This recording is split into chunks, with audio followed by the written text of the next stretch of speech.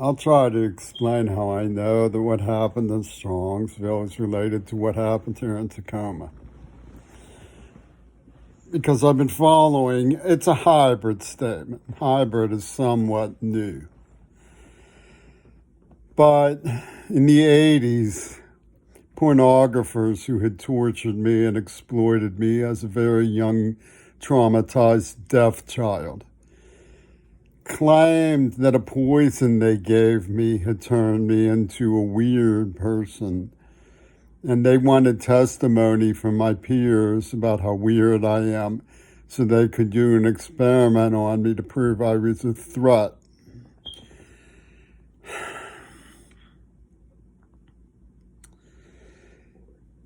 What they succeeded in proving was that they'd used a neurotraumatic chemical. You can see it now, the scar from it. So that wasn't enough to justify their idea that the people who they poisoned are dangerous and need to be poisoned some more. So they told me they would give me protection from abuse in Seattle. And when I got here for kicks, they chemically castrated me with a heart chemical. And I was bullied into taking the drug. It was an unidentified registered nurse. And they used terrible asides and angles at me about what would happen if I didn't. So I wrote to the union at Seattle Central Community College and said, I'm afraid they're going to kill a hostage.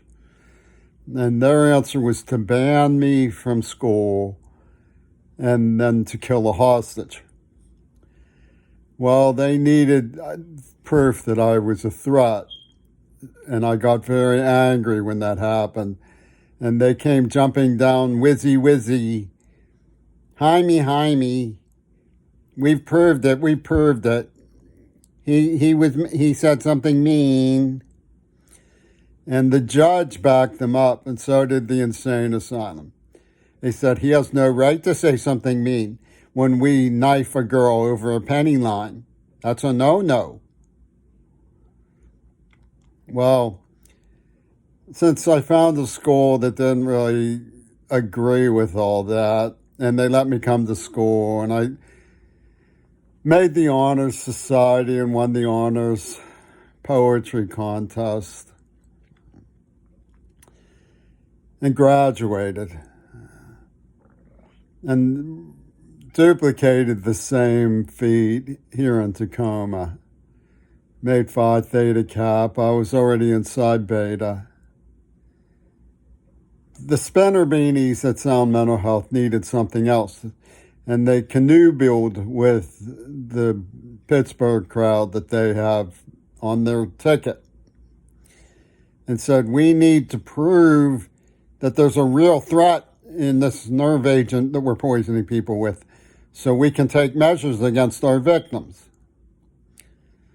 So they've been perfecting that nerve agent for 50 years. They put Mackenzie through an extreme situation which amounts to a car bomb. And she lost control, which is one of the pillars of this extreme situation neurohypnotic chemical that they used on her. It's a pillar. It's what they do with it. And they surrounded it waiting for what they called the tea kettle to go off. I didn't mention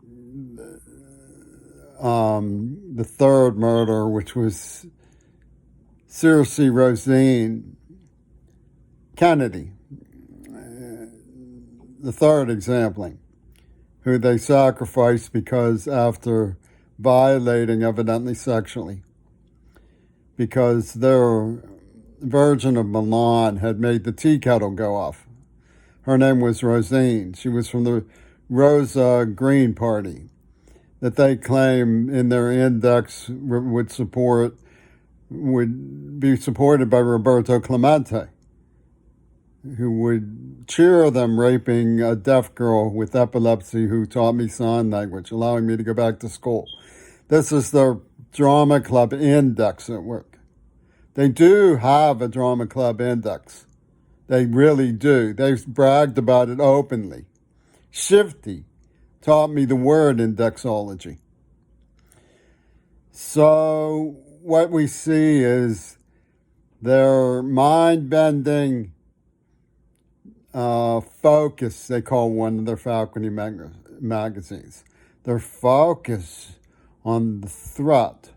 You see, they want to claim that Mount Desert Island wasn't what it was, which was a premeditated Two Virgins Pussy Bowl AIDS testing war game of Everett Koop playing chicken with the virus. That's what that really was. I mean, it's what it was. They want to claim it wasn't.